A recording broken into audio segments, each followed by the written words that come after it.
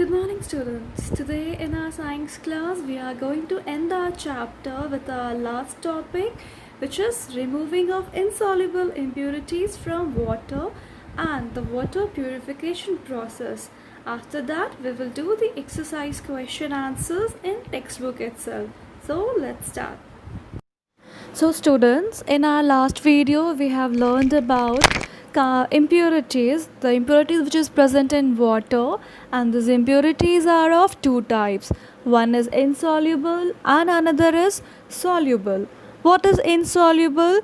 The impurities which do not get dissolved in water is called insoluble impurities, and this kind of impurities can be removed by the process of sedimentation, decantation and then filtration.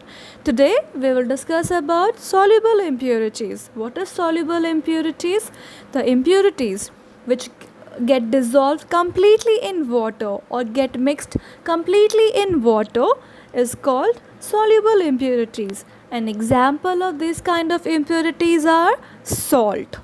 As when we mix salt into water, it get dissolved completely. We cannot identify whether water contain anything or not, but if we taste it, we can feel that salt is there in the water, and we cannot drink salty water, so we need to remove the salt from the water.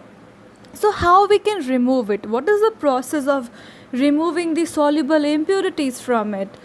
So by the process of distillation. But before moving forwards to the distillation, my question is, do you know how salt is extracted from the river? Any idea? The salt is extracted from the river by the process of evaporation. What is evaporation? The process in which the water gets converted into water vapor due to the heat of sun is called evaporation. And with this process of evaporation, we get salt, because as you can see in the given image, can you see the hype of salt here? This is how they collect the water. In this process, the sea water gets heated by the sun and it evaporates in water vapor, leaving the salt behind, that is collected and filtered or purified later on for our consumption. Understood? Now we will talk about distillation, the process of separating a pure liquid from a mixture of liquid. So how this process work, how this distillation process work, what are the things involved in it, what are the steps involved in it? This distillation includes two steps two process. The one is evaporation and the next is distillation, condensation. Evaporation, we know, when the water changes into water vapor, that is called evaporation. And what is condensation? The process in which water vapor changes into water is called condensation. So let's see what happens. As you can see in the given image, you can see there where here we have a round flask which contains impure water which is heated. Okay, and we know when we heat a flask or when we heat a water, the water starts getting evaporated and changes into water vapor, and when it changes into water vapor, the impurities are left behind. So when water vapor passes through this condenser, so how we collect this water vapor? We collect this water vapor with the help of condenser, which includes a pipe, and that pipe is connected to another container. So when this vapor passes through the condenser, it gets cooled down, and slowly this water vapor changes into water droplets and collected into a different container. And the water which we get after the condensation process is called distillate, or we can say the distilled water, or we can say the purest form of water, because this water contains no impurities, zero impurities. And this distilled water is the only water which is used in the car batteries, at home inverters where we use a big battery. We use this kind of water only because it has no impurities.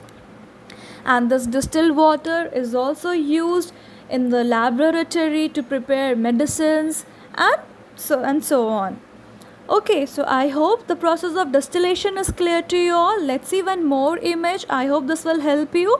As you can see here, this round flask is getting heated with the help of a candle, and here you can see a thermometer. The red pipe you can see is a thermometer which is inserted into the flask. Why it is used here?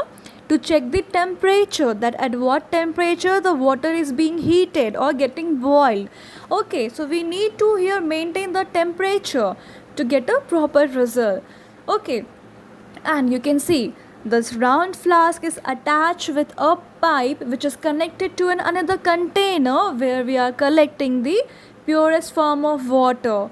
Okay, so the vapor is then cooled, usually by passing it through pipe or tube, as you can see in the image, at lower temperature. Okay, and the cooled vapor then condenses, forming a distillate or a distilled water. Understood? Now, what is purification of drinking water? Water purification is the process of removing germs and other harmful substance from water, because if we drink a water which contains many germs or full of bacteria or harmful substance, we may fall ill. So to avoid to fall sick or ill, we remove these germs. So how we can just remove these germs at home? See, boiling is the best and simple method to remove the germs from water, because when we boil the water at certain temperature, if you remember in the last video we discussed the property of water, that at what temperature the water gets boiled. Do you remember? We boil the water, or the water get boiled at 100 degrees Celsius and get freezes at 0 degrees Celsius. Don't forget it. Okay. So at home, boiling is the best technique or best method to kill the germs and make the water potable or suitable for drinking purpose. Okay, but do you know how do we get clean drinking water at home? The water which we get in our water tank, or the water which is coming through tap in our home, this undergoes so many process before reaching to us. Do you know what process they undergoes? Let's see. It undergoes mainly four process. The first is sedimentation. We know what is sedimentation. Second is aeration. Do we know aeration? No, not yet, but we will know it soon. Then filtration. We know what is filtration. And then chlorination. So, what are the importance of all these four steps? What process they involve? What good they do to the water? Let's see now. So, as you can see in this video, a fresh water from river is taken to the water plant for treatment, or we can say for purification. In the first stage of purification, the water is pumped and stored in large sedimentation tank. And alum, which is a natural coagulant which forces teeny particles of dirt to stick together and settle down in a tank. In second step, water is carried from sediment tank to the filtration tank. Here, water is passed through the beds of sand, charcoal and gravels.